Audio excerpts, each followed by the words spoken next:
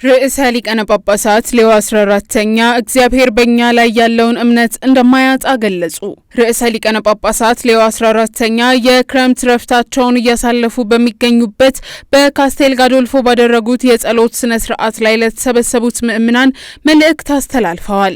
ቅዱስነታቸው በመልእክታቸው የእግዚአብሔር ቃል የማንኛውንም ሰው ልብ የመለወጥ ታላቅ ኃይል እንዳለው አስታውሰው ክርስቲያኖች በዚህ የክረምት ወቅት ለዝምታ ለጸሎትና በቅዱሳት መጻሕፍት ላይ ለማስተንተን በቂ ጊዜና ቦታ እንዲሰጡ አሳስበዋል።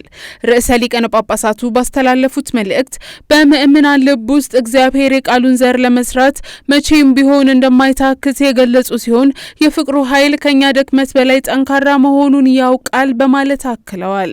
ቅዱስነታቸው በካስቴል ጋዶልፎ ለተሰበሰቡት ምእምናን የቅዱስ ማቴዎስ ወንጌል በዘሪው ምሳሌ ባደረጉት አስተንትኖ እግዚአብሔር ቃሉን በልባችን ውስጥ ለመዝራት ያለውን ልግስናና እምነት እንዲሁም በእኛ ውስጥ ያለውን ኃይል በግልጽ የሚያሳይ መሆኑን አስተምረዋል። በዚህ የክረምት ወቅት ክርስቲያኖች የመንፈሳዊ ሕይወታቸውን በማበልጸግ የእረፍት ጊዜያቸውን በአግባቡ እንዲጠቀሙ ያሳሰቡት ርዕሰ ሊቃነ ጳጳሳት ሌዮ 14ኛ በወቅቱ የእግዚአብሔርን ቃል ለማዳመጥ ለማንበብና ለማስተንተን ምቹ እንደሆነ ገልጸው ትርጉም ያላቸውን የዝምታና የጸሎት ጊዜያትን ማዳበር እንደሚገባ አሳስበዋል። እንዲህ አይነቶቹ የመንፈስ ማደሻ ጊዜያት ስጋንም ሆነ ነፍስን እንደሚያድሱ የጠቆሙት ቅዱስነታቸው ክርስቲያኖች የወንጌልን የምስራች ለመስበክ ዝግጁ ሆነው እንዲሁም ለእግዚአብሔር መንግስት እድገት የበኩላቸውን አስተዋጽኦ ለማበርከት ከምንጊዜውም በላይ አቅም አግኝተው ወደ ዕለት ተዕለት ህይወታቸው እንዲመለሱ እንደሚያዘጋጃቸው አስገንዝበዋል።